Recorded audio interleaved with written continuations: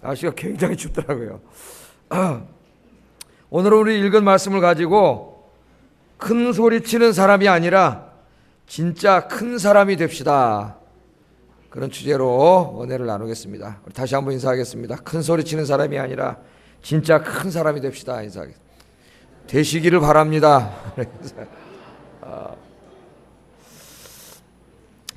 여러분, 이 큰 소리 치는 사람이 아니라 진짜 큰 사람이 되자는 누가 생각나세요? 성경 인물 중에서. 예? 일부 예배 때는 딱 나오던데. 예? 베드로. 베드로가 생각이 나잖아요. 베드로. 오늘 여기 주인공 베드로가 나오지 않습니까? 그래서 오늘 이 베드로의 이야기를 통해서 하나님의 말씀을 전하려고 합니다. 여러분, 베드로 그러면은 예수님의 12 제자들 중에서도 수제자고 또 교회와 복음을 위해 하나님의 나라를 위해 큰 일을 했던 그런 사람입니다. 교회 다니는 사람 치고 베드로를 모르는 사람은 없습니다. 그죠? 아이들도 베드로는 다 알아요. 그러나 오늘 이 본문 말씀에 보면 베드로가 처음부터 그렇게 믿음의 거인은 아니었습니다. 베드로는 처음에는 큰 소리는 많이 쳤지만은 금방 주저앉고 또 쉽게 포기하는 나약한 사람이었어요. 이런 신앙을 냄비 신앙이라고 합니다. 냄비 신앙. 냄비가 어떻게 해요? 팍 끓어오르는데 금방 팍 식어버리잖아요. 베드로가 그런 사람이었어요. 그러나 이 베드로는 그의 인생에 일어났던 어떤 일들을 통해서 그가 변화되기 시작했고 나중에는 자기의 일생을 예수님의 이 복음을 증거하고 교회를 세우는 일에 헌신하게 됩니다. 그래서 기독교 전승에 의하면 예수님께서는 십자가에 달려 돌아가셨는데 내가 어떻게 그냥 십자가에 달려 죽느냐. 그래서 십자가에 거꾸로 달려서 순교했다고 그렇게 우리에게 전해 내려오고 있습니다. 예수님께서는요, 우리 그리스도인들이, 저와 여러분들이 이 초창기에 이 베드로처럼 큰 소리 쳤다가 그냥 금방 주저앉고 포기하는 그런 연약한 신앙인이 아니라 정말 후기의 베드로처럼 주님을 위해 큰 일을 하는, 위대한 일을 하는 정말 큰 믿음의 사람이 되기를 주님께서 원하세요. 베드로만이 아니라 여기 오신 여러분 모든 사람들이 다 그렇게 되기를 원하십니다. 오늘 이 말씀을 듣는 중에 성령께서 역사하셔서 오늘 이 예배 시간에 큰 은혜를 받고 여러분들이 이전의 부끄러운 모습을 집어 던져버리고 후기의 베드로처럼 주님을 위해 큰 일을 하는 여러분 되시기를 주의 이름으로 축복합니다. 자, 오늘 본문 말씀은 6월절 만찬 중에 있었던 말씀입니다. 우리 계속 공부하고 있죠. 지금 4주째입니다. 6월절 식사를 제자들과 함께 하면서 예수님께서 몇 가지 설교를 하셨어요. 첫 번째 우리 공부한 게 뭡니까? 6월절 식사가 가지고 있는 구속사적 의미에 대해서 설교를 하셨고, 그 다음에는 그리스도인들은 높은 자리에 올라가서 군림하려고 그러면 안 되고 높은 자리에는 올라가도 좋은데 올라가서 뭐 하려고요? 섬기라. 섬기는 것에 대해서 가르쳐 주셨습니다. 그 다음에 세 번째는 지난 시간에 뭘 배웠어요? 하나님 나라의 사명에 대해서, 하나님 나라의 사명을 주시고 그 사명을 감당한 자들에게 주시는 하나님 나라의 축복에 대해서 예수님께서 말씀을 하셨습니다. 그리고 이제 오늘 본문 말씀이에요. 오늘 본문 말씀. 자, 그럼 오늘 이 본문의 바로 윗절에 예수님께서 제자들에게 어떻게 하셨어요? 아버지께서 나에게 하나님 나라를 맡기신 것처럼 나도 너희에게 하나님 나라를 맡긴다. 그렇게 얘기하셨죠. 그래서 하나님 나라에 이 사명을 주셨습니다. 그리고 그 사명을 잘 감당한 사람들은 이 땅에 진짜 하나님 나라가 완성됐을 때, 천국이 완성됐을 때 어떻게 한다고요? 나와 함께 내 상에서 먹고 마시고 12거울을 다스리는 권세를 주신다 그랬습니다. 그게 어떤 권세인지는 정확히 우리가 알 수 없지만 최고의 영광된 권세를 주신다고 하나님 약속해 주셨어요. 그 말씀을 하시고 오늘 베드로에게 이 말씀을 하십니다. 31절 같이 한번 읽어보겠습니다. 시작.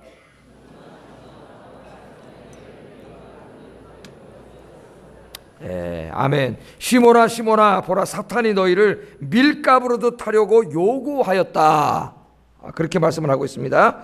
이 말씀은 굉장히 중요한 말씀입니다. 왜냐하면 지금 예수님께서 하나님 나라의 사명을 주셨죠. 그리고 그 하나님 나라의 사명 지난번에 어떻게 감당하라 그랬어요? 겨자씨가 되고 누룩이 돼서 감당하라고 제가 설교를 했어요. 그 사명을 주시고 그래서 이제 그 일들을 제자들이 막 이제 사명감에 불타고 하려고 할 때에 그 일을 방해하는 세력이 있음을 가르쳐 줍니다. 방해하는 세력. 그 방해하는 자가 누굽니까? 악한 영인 사탄이에요. 사탄.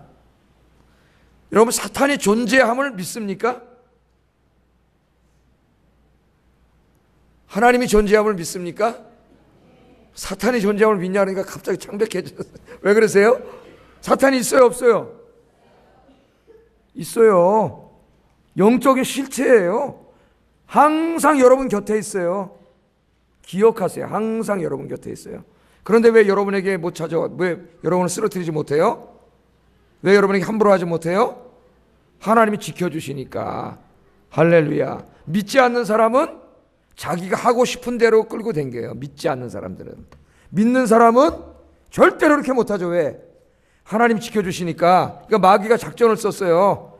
이 21세기, 20세기, 21세기를 넘어오면서 어떤 작전을 썼냐면 사람들로 하여금 그 기억 속에서 자기의 존재를 기억하지 못하게. 그래서 사람들이 뭐래? 야, 사탄이 어딨냐? 마귀가 어딨냐? 21세기에. 그렇게 만들어버렸어요. 그래서 자기를 감춘 이후에 사람들을 쓰러뜨리고 죄 짓게 하고 그런 게 여러분 사탄이에요. 악령은 실체로 존재해요. 실체예요. 여러분 꼭 그걸 기억하셔야 됩니다. 자, 지금 보세요. 예수님이 설교하셨습니다. 하나님 나라에 대한 사명을 주십니다. 이 사명을 참 겨자씨가 되고 누룩이 돼서 감당하면 큰 하나님이 하늘나라에서 축복을 주신다고 약속을 해주셨어요. 이 설교를 듣고 지금 베드로를 비롯한 제자들의 마음이 어떻게 됐을까요? 막 뜨거워졌겠죠. 하나님이 예수님에게 하나님 나라 사명을 맡긴 것처럼 나도 너에게 맡긴다. 이 사명을 감당하면 하나님 축복이 있다 그랬더니 막 이 제자들의 마음이 뜨거워지고 정말 하나님 나라를 이루는 일에 정말 겨자씨가 되고 누룩이 되어서 헌신하려고 하는 마음이 막 불타오르고 있단 말이에요. 그런데 바로 그 순간에 하신 말씀이 바로 예수님의 이 말씀이에요. 특별히 12제자의 대표격이라고 할 수 있는 베드로에게 이 말씀을 하십니다. 지금 너희들이 막 하나님 나라의 사명에 불타고 있는데 지금 너희들의 마음이 불타고 있는 이 순간에 누구의 마음도 불타고 있어요? 예? 마귀의 사탄의 마음도 불타고 있어요. 왜? 이 제자들이 그 일을 못하게 쓰러뜨리려고 지금 움직이고 있다는 거예요. 제자들은 몰라요. 안 보이니까, 우리는 안 보이니까 모르잖아요. 예? 근데 예수님은 보고 계세요. 그 마귀들이 지금 여기 와 있어요. 제자들을 쓰러뜨리려고. 여러분을 쓰러뜨리려고 찾아온다고. 지금 예배 시간에도 예배에 집중하지 못하게 하고 말씀 잘 안 들리게 하고 딴 생각하게 하고. 여러분 맨 처음에 한번 그렇게 되면 어떻게 돼요? 이게 습관이 됩니다. 건성으로 설교 듣는 게 습관이 되면은 큰일 나요. 이 영적인 병에 걸리면 헤어나오기가 어려워요. 헤어나오기가. 그럼 정신 차리셔야 돼요. 정신 차리셔야 돼요. 자, 그런데 어떻게 마귀가 하고 있다고요? 예수님이 비유로 설명을 하셨습니다. 비유로. 어떻게 한다고요? 말씀 보세요. 예? 밀가부로도 탄다는. 밀가부로는 게 뭐예요? 농부들이 추수해가지고 밀 갖고 오면은 이거 알곡과 쭉지에 가려고 해서 이거 뭐라 그러죠? 체질한다는 거죠. 체질. 예? 까부른다는 말이 체질한다는 말. 그러니까 체질하면 어떻게 될까요? 바람이 불면 알곡은 떨어지고 쭉지는 다 날아가 버리지 않습니까? 예? 이게 무슨 말인가 해가지고 학자들 간에 의견이 분분해요. 주석을 읽어보면. 그런데 이런 말인 것 같아요. 이게 체질을 하면은 바람이 불면 쭉정이가 다 날아가잖아요. 뭐 알곡이 뭐냐 이런 거 신경 쓸 거 없어요. 그러니까 이 쭉정이가 날아가는 것처럼 지금 마귀가 한 방에 너희들을 어떻게 하려고요?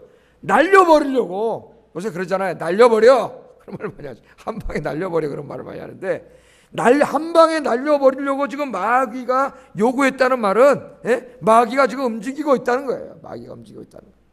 그걸 알아야 된다는 겁니다. 알아야 돼요. 여기서 우리는 중요한 영적인 진리를 배우게 됩니다. 우리가 오늘 말씀을 듣고 은혜를 받아서 정말 이제부터 신앙생활 열심히 해야 되겠다. 하나님의 일을 해야 되겠다. 내가 정말 모든 공예배다 참석하고 기도하고 성경 읽는 생활을 해야 되겠다. 이렇게 다짐을 하는 순간 여러분 누구도 다짐을 할까요? 악한 영도 다짐을 해요. 왜? 여러분이 그 일을 못하게 하려고. 아세요? 그러니까 여러분이 신앙생활 잘하려고 하고 더 봉사하려고 하고 전도하려고 결심하면 마귀가 역사한다는 것을 이상하게 생각하지 마세요. 반드시 역사하게 돼 있어요. 마귀가.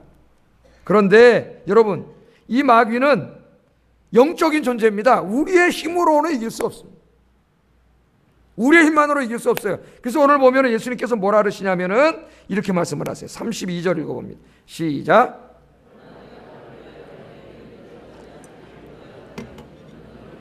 내 형제를 굳게 하라. 아멘. 아니, 마귀가 우리를 쓰러뜨리려고 하고 우리는 마귀를 이길 힘이 없다면 이거 뭐 진 거죠. 뭐 어떻게 합니까? 그런데 염려할 거 없어요. 여러분 걱정하지 마세요. 누가 계세요, 여러분? 예수님이 계세요. 예수님이 어떻게 하고 계신다고요? 우리의 믿음이 떨어지지 않도록, 마귀에게 쓰러지지 않도록 예수님 우리를 위해서 뭐 하고 계신다는 겁니까? 기도하였다고 이야기합니다. 기도해. 그래서 예수님은 지금도 여러분을 위해서 중보 기도하고 계세요. 히브리서 이제 우리 수요일날 공부하고 있는데 쭉 읽어가다 보면 예수님이 중보 기도하시는 내용이 나와요. 또 로마서도 우리가 오래전에 공부했는데 로마서 8장에 보면 누가 또 중보 기도하세요?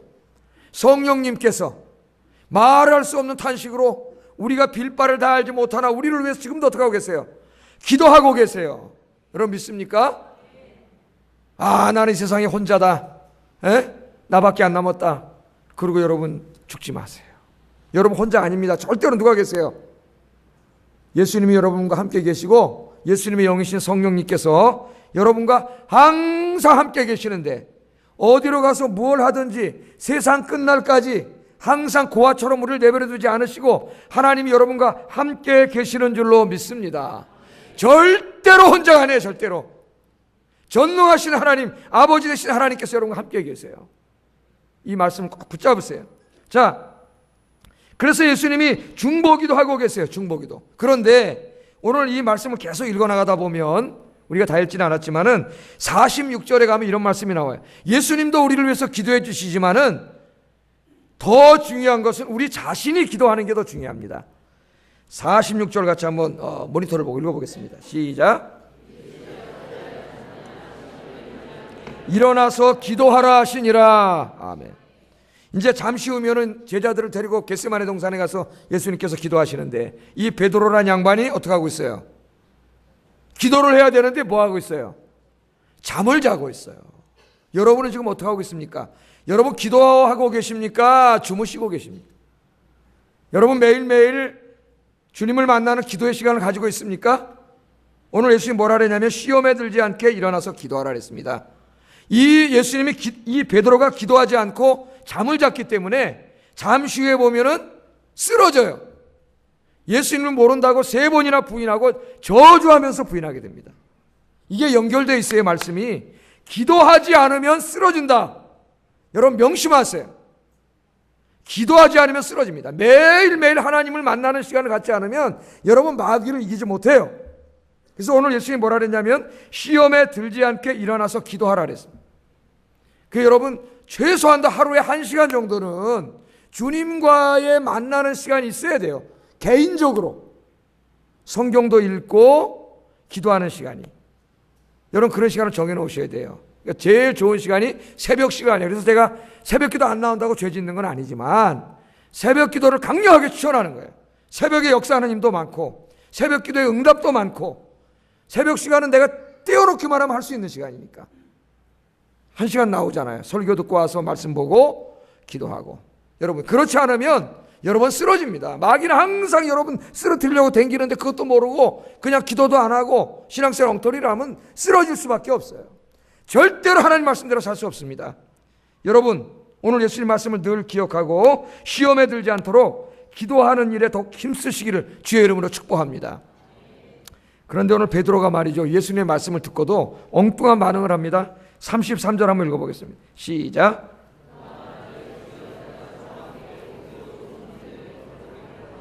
아멘. 베드로가 뭐라 그래요?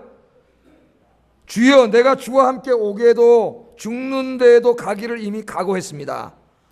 그런데 무슨 사탄이 나를 쓰러뜨린다고 말씀하시고 예수님이 나를 위해서 기도한다고 말씀하십니까? 그런 말이에요.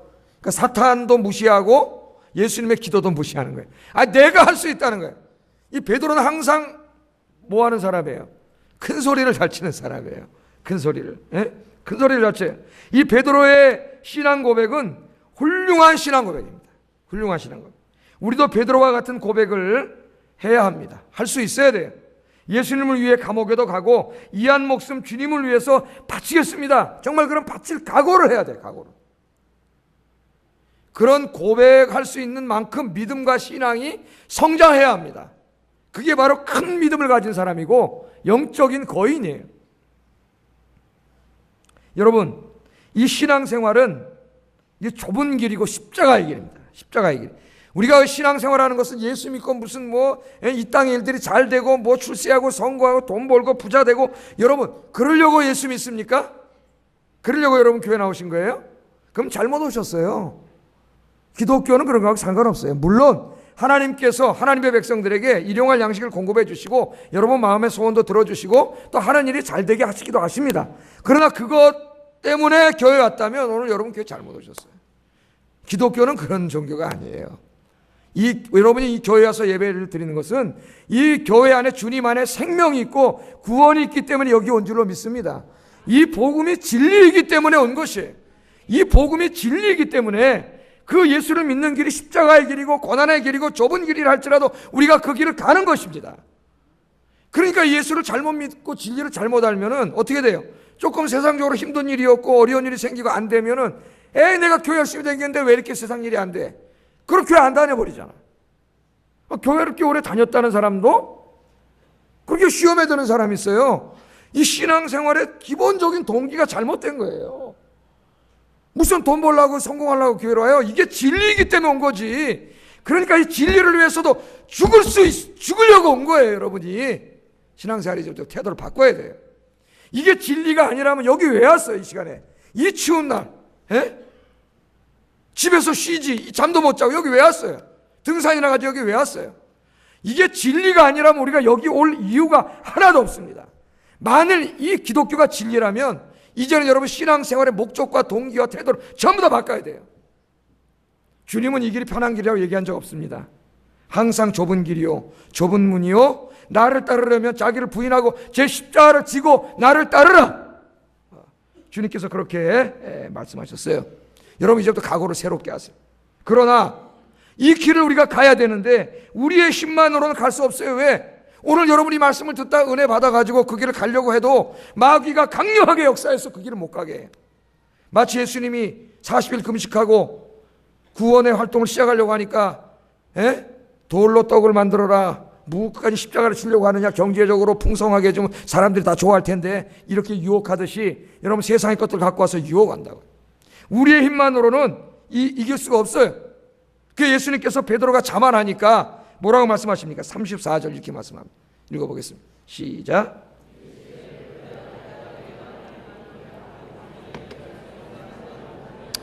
아멘. 그렇게 자만하니까 뭐라 그래요? 베드로야 내가 네게 말하니 오늘 다 굴기 전에 내가 3번 나를 모른다고 부인하리라 하시니라. 아멘. 우리의 힘만으로는 이길 수가 없어요. 잠시 읽어보세요. 이제 베드로가 기도하지 않았기 때문에 시험에 들지 않기 위해서 기도하라 그랬는데 기도하지 않기 때문에 쓰러지게 됩니다. 여러분 마귀가 참 교묘해요.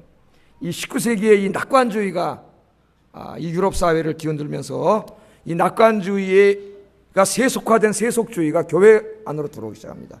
그래서 많은 교인들의 마음속에 어떤 생각이 생기기 시작하냐면은 과학도 발전하고 이제 경제도 많이 발전하고 그래서 이 땅에서 이 경제적인 풍요를 누리고 살다가 일주일에 한 번씩 교회 가서 예배드리면 죽어서 천당도 가고 이 땅에서도 돈 많이 벌어가지고 살고 주일날 한 번만 교회 가면 된다는 거예요. 그러면 또 천당 간다는 지 멋대로 이렇게 생각을 해가지고 그런 신앙생활을 했어요.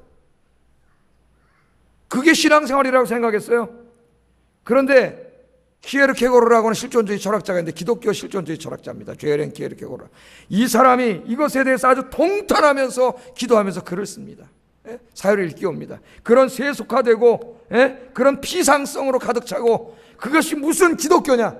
정말 한 사람의 인간, 하나님 앞에 홀로 선 실존적인 인간으로서 하나님의 말씀대로 살고 하나님이 주신 사명을 감당하기 위해서 몸부림치는 그런 고민이 없는 그런 사람이 어떻게 진실한 그리스도인이냐.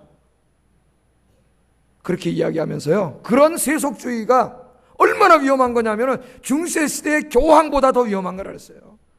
중세시대의 교황과 싸우는 것보다 우리 마음속에 파고들어온 이런 세속주의와 싸우는 게 더 힘들다 그랬습니다.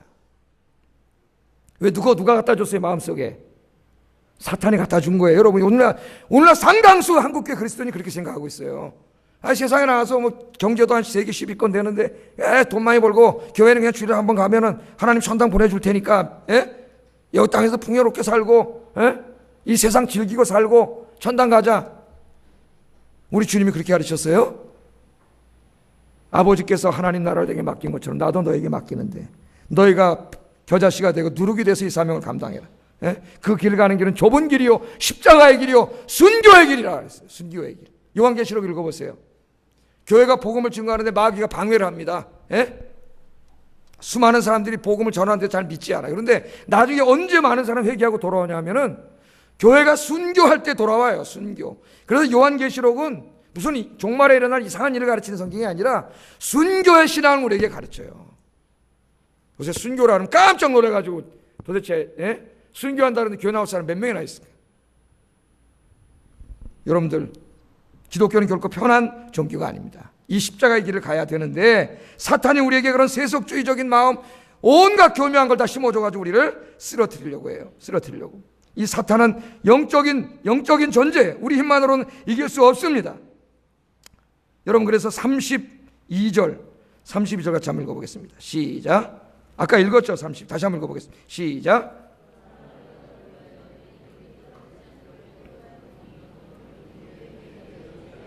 아멘. 예수님의 기도가 필요하고 또 우리의 기도가 필요한 거예요. 여러분 한번 보세요. 지금 예수님이 설교하셨어요. 베드로가 그냥 뻥으로 큰 소리 친 게 아니에요. 이 설교를 들을 때는 적어도 마음이 뜨거웠습니다. 뜨거워졌고 은혜 받던 그 순간은 정말 예수님을 위해서 무엇이든지 할 수 있을 것 같았어요. 그래서 이 고백을 한 거예요. 예수님을 위해서라면 감옥도 가고 순교도 할 수 있을 것 같았습니다. 그 순간에는, 적어도 그 순간에는 평생을 그렇게 살려고 다짐한 거예요. 그래서 나는 주님과 함께 감옥에도 가고 죽을 각오까지 했습니다. 지금 그렇게 이야기한 거예요. 그런데 왜 베드로가 이렇게 쉽게 무너집니까? 왜 작은 여정 앞에서도 이 각오가 금방 무너집니까? 여러분이 베드로의 실패 이야기는 우리 자신을 돌아보게 합니다. 우리 자신. 우리도 매일 설교를 듣습니다. 예배를 드리고 하나님 말씀을 듣습니다. 설교를 들을 때는 마음이 뜨거워집니다. 야, 정말 말씀대로 살아야 되겠다. 오늘 말씀 들었는데 내가 정말 큰 믿음의 사람이 돼서 맡겨진 사명 감당해야 되겠구나. 내가 신앙생활 잘못했구나. 이렇게 마음이 막 뜨거워져요. 이제부터 정말 신앙생활 잘해야지. 예배 잘 드려야지. 모든 공예배 참석해야지. 전도해야지. 복음 전해야지. 또 어떤 분들은 은혜 받고 내려가서 식사하면서 집사님, 나 오늘부터 정말 이제 신앙생활 잘할 거예요. 전도도 열심히 할 거예요. 예배도 잘 드릴 거예요. 봉사도 열심히 할 거예요. 그렇게 우리가 이야기도 합니다. 큰 소리도 이야기합니다. 그런데 왜 금방 무너집니까, 여러분? 왜 금방 무너져요? 왜 그게 오래가지 못해요? 왜 오래가지 못해요? 제가 옛날에 주일학교 교역자 할 때도 보면은 3월 달까지는 잘 돼요. 3월 달까지는. 여러분, 막 이제 소무영신 예배 때 예배를 드리고 이제 정말 2014년도에는 열심히 봉사해야지. 내가 교사로 성가대로서 성가대도 한 3월 달까지 잘 되다 이제 하나둘 빠져나가. 잘해야지 막 이러다 사지가 쫙 보니까 4월 달쯤 되면 이제 하나둘 문제가 생기기 시작해요. 그 다짐이 딱 무너지는 거예요. 사탄의 이 유혹에 넘어가가지고 무너져 내리는. 그래서 반드시 4월 달에 뭘 해야 돼. 또 기도회를 하든지 뭐 산상기도를 가든지 하지 않으면 다 시지부지돼요. 시지부지돼요. 제 이름 때 되겠지만 교회는 항상 주의 일을 하고 막 북적북적하고 성도들이 막 교회 왔다 갔다 하고 막 이래야지. 교회가 조용해지면은 교회는 죽는 거예요. 그 조용한 교회는 어떻게 돼요?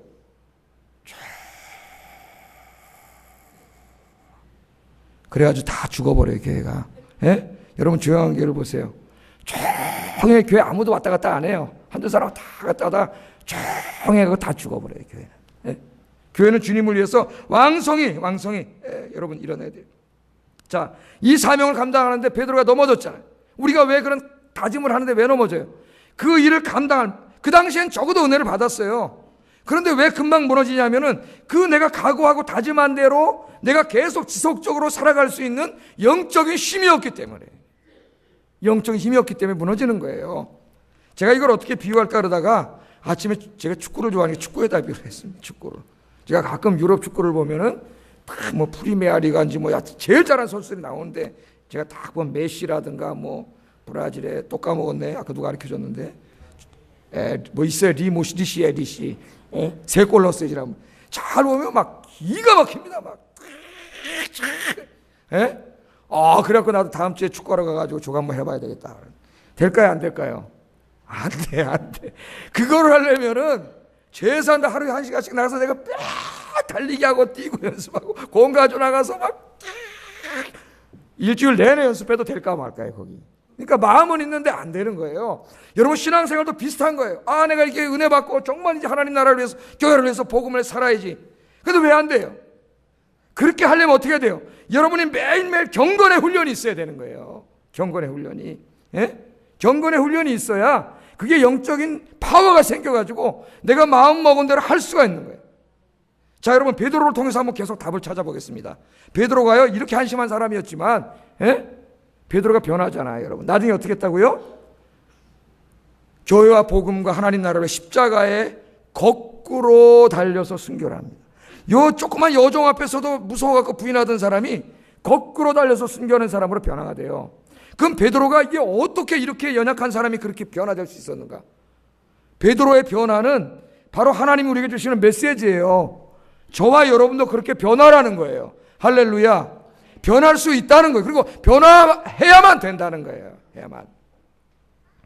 2가지 정도 계기가 있었습니다. 베드로에게. 제가 2가지를 살펴보려고. 이거 여러분에게도 중요한 거예요. 첫째, 베드로가 어떻게 이렇게 형편없는 사람에서 그 위대한 믿음의 사도가 될 수 있었는가? 첫째는 베드로가 부활하신 예수님을 그의 인격적으로 깊이 만나는 시간을 갖게 됩니다. 이게 참 중요해요. 이게 언제 만났을까요? 자 보세요.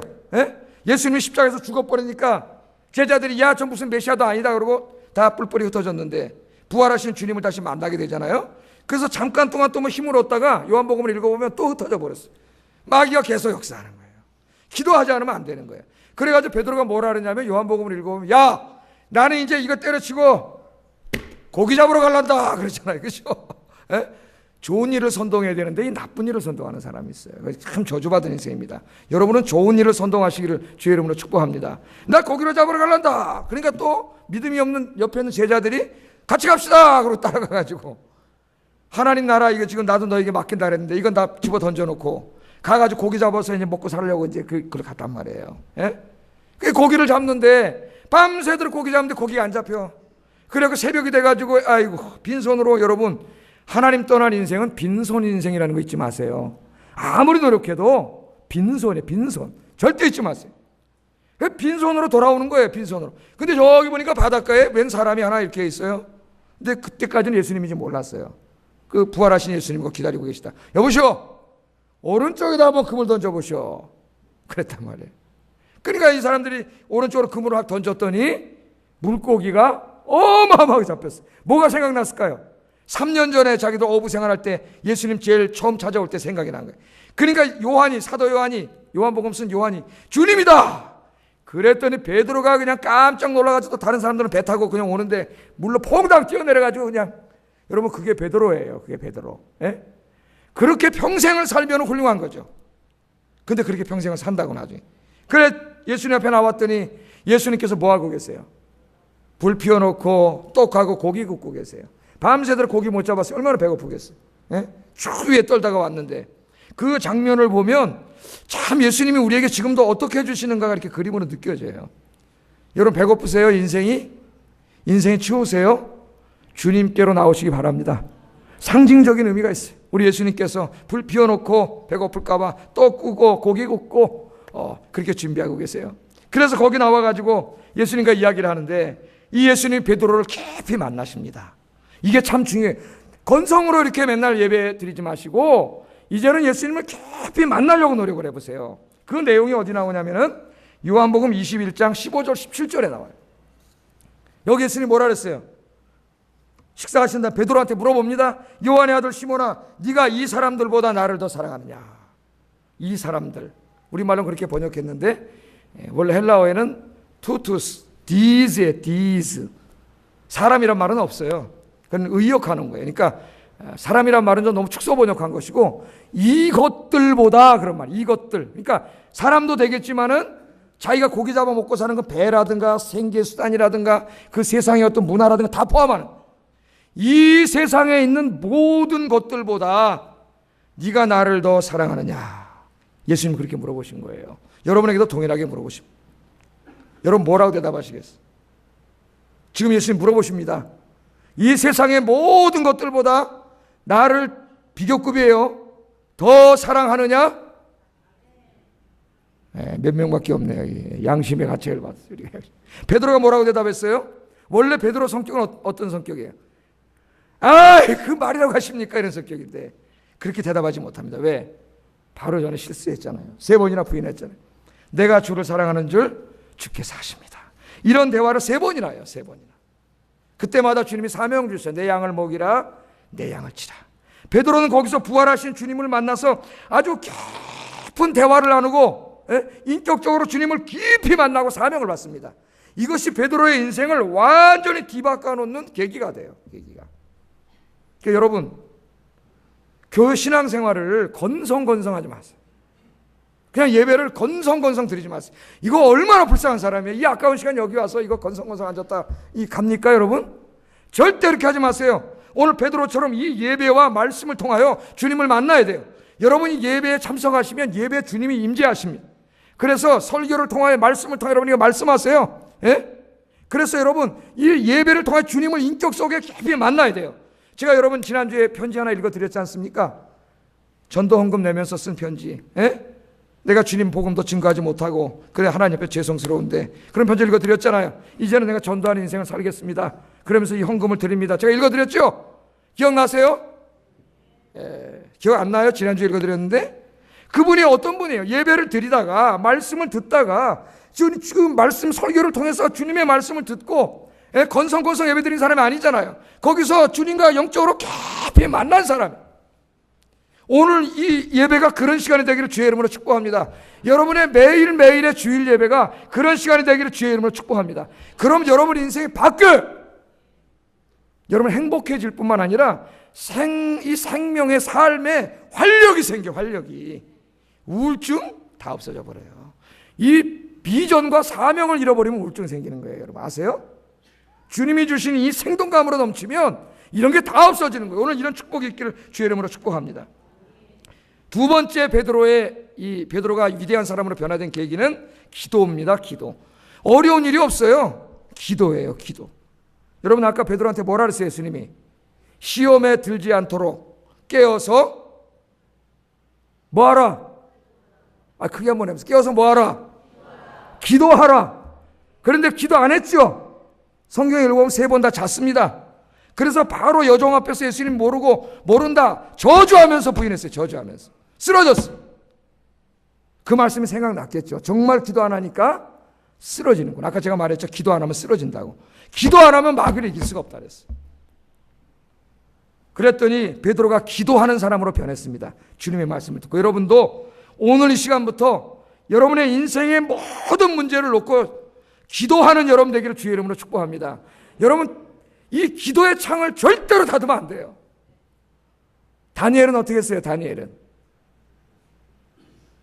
기도를 하면 사자굴에 들어가는 줄을 알면서도 하루에 3번씩 동쪽을 향하는 창이 뭐예요? 예루살렘 성전이에요. 성전. 하나님을 향한 기도의 창이에요. 기도의 창을 열어놓고 하루에 3번씩 감사하며 기도했다 그랬어요. 기도하면 죽는데 뭐가 감사해요? 그런데 감사하며 기도했어요. 다니엘은 사자굴에 들어가는 한이 있더라도 기도의 창을 닫지 않았어요. 여러분 기도의 창을 닫으면 여러분 희망이 없습니다. 여러분 기도의 창을 닫지 않았습니까 혹시? 여러분 가정에 기도의 창을 닫지 않았습니까? 오늘 이 시간부터 기도의 창을 활짝 여시는 여러분 되기를 주의 이름으로 축복합니다. 이 창은 절대 닫으면 안 돼요. 그럼 절망해요. 여러분 한 가정에 제가 늘 그렇죠. 다 기도하면 제일 좋고 아무리 없어도 한 사람이라도 기도하는 사람이 있어야 된다 그랬죠. 한 가정에. 오늘 예배 나오신 여러분들이 여러분 가정에 기도하는 사람이 되기를 주의 이름으로 축복합니다. 사도행전 1장 13절 14절 읽어보세요. 베드로가 어떻게 변했는지 같이 한번 사도행전 1장 13절 14절 읽어보겠습니다. 시작.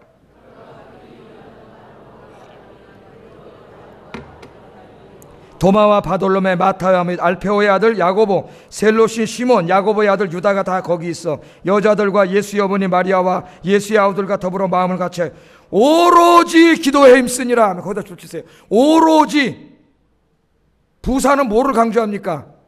동사를 강조하는 거죠. 동사를. 예? 기납적 성경 공부하면 이런 거 줄쳐가지고 부사는 동사를 강조 줄고 뭐 이렇게 공부를 하는 성경 공부 방식이 있어요. 그러니까 기도했다도 강조하지만 그 앞에 오로지가 중요한 거예요.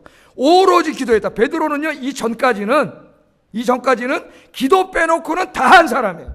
그 자신감이 넘치는 사람이에요. 이 사람들 다 버려도 난 안 버립니다 그러고 감옥까지 가겠다 그러고 순교한다 그러고 막 이런 사람이에요. 기도 빼고는 다 하던 사람이에요. 어떤 사람이 그렇게 사는 사람이 있어요. 자기 인생을 설계하고 살아가는데 기도 빼고는 다 하는 사람이 있어요. 어리석은 자입니다. 여러분 다른 것 못해도 여러분은 기도를 하셔야 돼요. 기도를 하셔야 하나님이 도와주세요. 베드로는 이제까지 기도 빼고는 다 했어요. 그랬더니 쓰러졌어요. 그럼 쓰러져요. 그런데 이제는 어떤 사람으로 변했어요? 기도만 하는 사람으로 변했어요. 다른 건 못해도 오로지 기도하는 사람으로 변했어요. 그래서 베드로가 성령 충만했고 오순절날 성령 충만해져서 그 다음부터는 정말 위대한 일을 하는 주님의 사도가 되었습니다. 여러분, 예배와 말씀과 기도로 날마다 여러분 영적인 체력을 강화시켜서 영적으로 강력한 사람이 되어서 정말 믿음의 거인, 영적인 거인이 되시기를 주의 이름으로 축복합니다.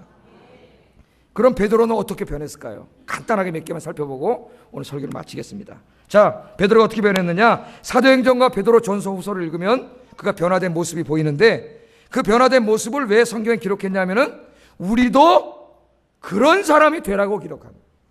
이거 베드로가 그렇게 했다, 그냥 읽어봐라 그러려고 하나님 말씀 기록했을 리가 없겠죠.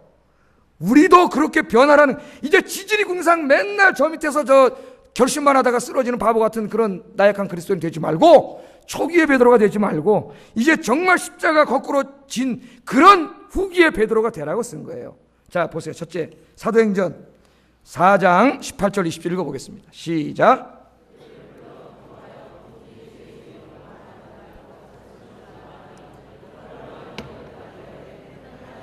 너희의 말을 듣는 것이 하나님의 말씀을 듣는 것보다 옳은가 판단하라. 우리는 보고 들은 것을 말하지 아니할 수 없다 하니. 자, 첫째 어떤 사람으로 변했느냐? 아까 꼭 여종 앞에서도 어떻게 했다고요? 너 예수 믿는 사람이지. 그럼 어떻게 해야 돼요? 그래, 예수님이 정말 하나님의 아들이야. 너도 예수 믿어. 이래야 되는데, 아니야, 나 저 사람 몰라. 저주하면서 부인했잖아요. 그랬던 사람이 지금은 누구 앞에 서 있어요? 산헤드린 공회 앞에 서 있습니다. 유대 사회 최고 통치기구에, 우리나라로 말하면은 저 무슨 검찰청, 그 다음에 경찰, 안기부, 이게 다 모여있다고 보면 돼요. 최고의 통치기구, 무서운 통치기구예요. 그 사람의 생명을 그냥 파리처럼 앗아갈 수 있는 통치기구예요. 물론 로마가 사형권은 주지 않았지만 암암리에 다 죽여버립니다. 그런데 그 사람들이 뭐라 그랬는데, 너 한 번만 더 돌아다니면서 예수가 부활했다고 떠들고 댕기면 죽여버리겠다. 이건 정말 무서운 거예요. 그 다음부터는 여러분 조폭한테 전화 받아가지고 당신 한 번만 더 돌아다니면 네 새끼 가족 다 죽여버린다. 그럼 그 사람 아무것도 못해요. 그다음 겁나가지고 경찰에 신고도 못하고. 지금 그 정도라고 보면 돼요. 그런데 이 겁 많던 베드로가 뭐라 그러고 있어요? 하나님의 말씀을 듣는 것보다 옳은가 판단하라. 너희의 말 듣는 것이 옳으냐, 하나님의 말씀 듣는 게 옳으냐. 우리는 보고 들은 것을 말하지 아니할 수 없느니라. 할렐루야. 여종 앞에서도 두려움에 떨던 베드로가 산헤드린 공의원들 앞에서 예수님을 당당히 증거하는 믿음의 거인이 된 줄로 믿습니다. 여러분, 어떠한 권력자들 앞에서도, 어떠한 힘 있는 자들 앞에서도 예수님이 하나님의 아들 메시아임을 증거할 수 있는 여러분 되기를 주의 이름으로 축복합니다. 뭐가 무서워서 못해? 두 번째, 베드로는 고통당하고 있는 수많은 사람들을 예수님의 능력으로 치유하는 영적인 치유자가 됐습니다. 사도행전 5장 15절 16절 읽어보겠습니다. 시작. 베드로가 지날 때에 혹 그의 그림자라도 누구에게 덮일까 바라고 예루살렘 부근에 수많은 사람들도 모여 병든 사람과 더러운 귀신에게 괴로움을 받는 사람을 데리고 와서 다 나음을 얻으니라. 아멘. 베드로는 어떤 사람이었어요? 지 하나 믿음도 지탱하지 못하던 사람이었어요. 우리 어쩌면 그런 사람 많잖아요. 내 하나 믿음도 지금 지탱하기 힘들어가지고 그냥 그러고 있을지 모르겠어요. 그러나 여러분 꿈을 가지세요. 베드로도 그런 사람이었어요. 그런데 베드로가 지금 온갖 고통에 시달리는 사람들을 치유할 뿐만 아니라 귀신에게 시달리고 있는 사람들도 치유하는 영적인 거인이 됐습니다. 여러분도 그런 사람이 되라는 거예요. 맨날 자기 신앙도 하나 어떻게 하지 못해가지고 그냥 삐리삐리 해가지고 맨날 죽겠니 살겠니 그런 사람이 되지 말고 이제는 좀 기도와 말씀과 예배로 좀 영적으로 강한 사람이 돼서 이제는 여러분처럼 이렇게 연약한 사람들을 치유하는 영적인 치유자가 되시기를 주의 이름으로 축복합니다. 얼마나 멋있어요. 그런 기독교인이 돼야지.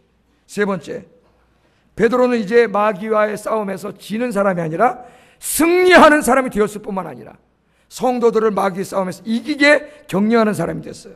베드로전서 5장 8절 9절 읽어. 시작.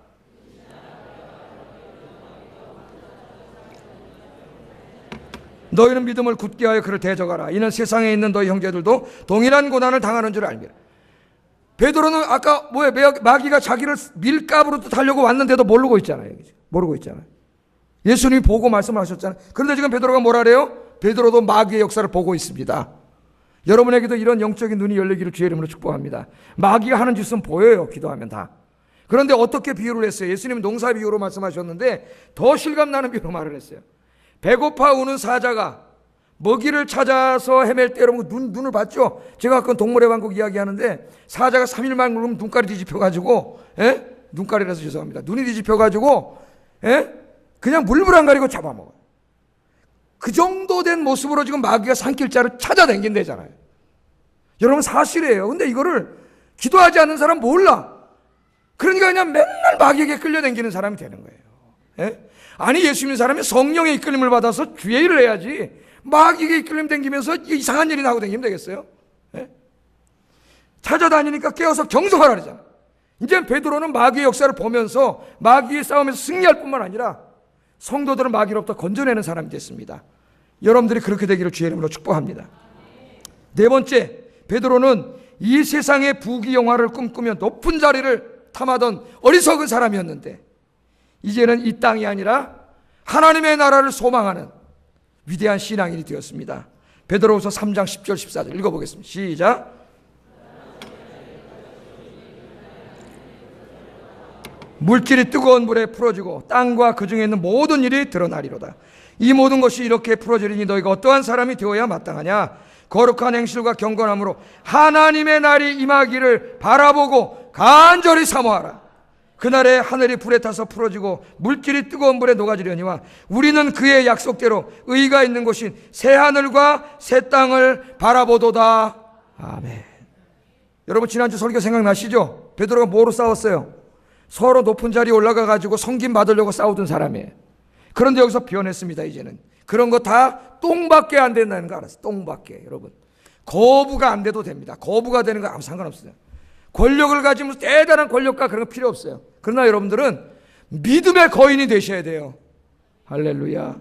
베드로는 더 이상 무슨 높은 자리에 올라가서 내가 군림하고 교회 만들어서 자기가 무슨 높은 자리 차지해가지고 다 어깨에 힘주고 댕기고 그런 어리석은 자가 아니라 이 땅의 부귀영화를 소망하는 자가 아니라 이제는 하나님의 나라 천국을 소망하면서 주님 맡겨준 사명 감당하는 위대한 믿음의 거인이 되었습니다. 여러분 아직까지 교회 댕긴다 하면서도 그 자기의 관심이 땅에 무슨 성공하고 돈 벌고 뭐 맨날 이런 데 있다면은 아직 천국의 소망이 없는 사람이에요. 여러분 진단을 하세요. 제가 텔레비전을 보니까 뭐 장가 잘 간 사람, 결혼 잘한 사람, 뭐 이런 게 나와. 연예인 결혼 사람.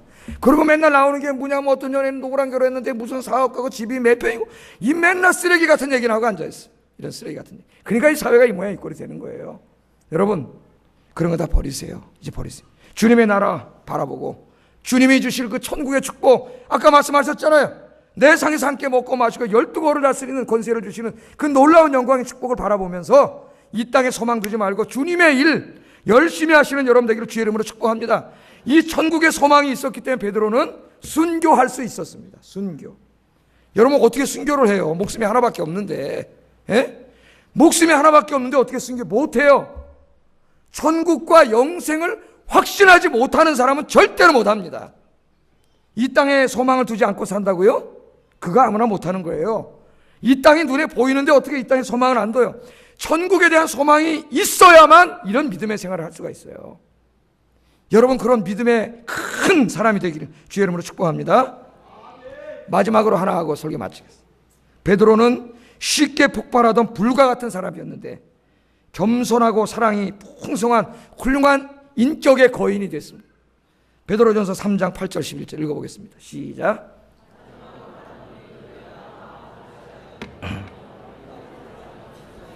겸손하며 악을 악으로 욕을 욕으로 갚지 말고 도리어 복을 빌라 이를 위해 너희가 부름을 받았으니 이는 복을 이어받게 하려 하심이라. 그러므로 생명을 사랑하고 좋은 날 보기를 원하는 자는 혀를 금하여 악한 말을 그치며 그 입술로 거짓을 말하지 말고 악에서 떠나 선을 행하고 화평을 구하며 그것을 따르라. 아멘. 베드로가 어떤 사람이었어요? 성격이 급하고 막 이 사람들은 다 버려도 나는 안 버린다고 다른 사람 깔보고 욕하고 말을 함부로 하는 사람이었어요. 그런데 오늘 여기 말씀을 보세요. 어떻게 변했어요? 마음을 같이하고 동정하고 형제를 사랑하고 불쌍히 여기고 겸손하고 악을 악으로 갚지 말고 욕을 욕으로 갚지 말고 말 함부로 하지 말고 혀를 금하여 악에서 금하고 말과 행실이 어떻게 됐어요? 다 훌륭한 인격자가 됐습니다. 인격자. 여러분 성령 충만은 인격 충만과 같이 가는 거예요. 우리 한국교회에서 제일 지금 가르치지 못하는 게 이거예요. 신앙생활을 제대로 하고 성령 충만하고 은혜가 충만하면 뭐가 변해야 돼요? 성령을 닮은 인격으로 변하게 돼 있어요. 그러니까 인격의 변화가 없으면 진정한 신앙인이라고 할 수가 없습니다. 물론 우리는 인격에 다 결함이 있는 사람이에요. 저 자신부터가. 그러나 이 변화돼, 변화. 그래서 예수님 닮은 인격으로 우리가 변화돼 가야 돼요. 제가 여기 맨 처음에 와가지고 이제 저도 변화되려고 많이 노력을 하는 사람인데 이게 좁은 길 차 타고 다니다 보면 정말 엉망진창인 사람이 많아요. 이렇게 들어와서 다 왔는데 저기서 들어온 사람이 딱 들어와가지고 어떻게 해요? 안 비키하고 딱 서가지고. 그리고 성질 들어온 사람은 안 가. 자기가 빠져야 되는데 안 빠져.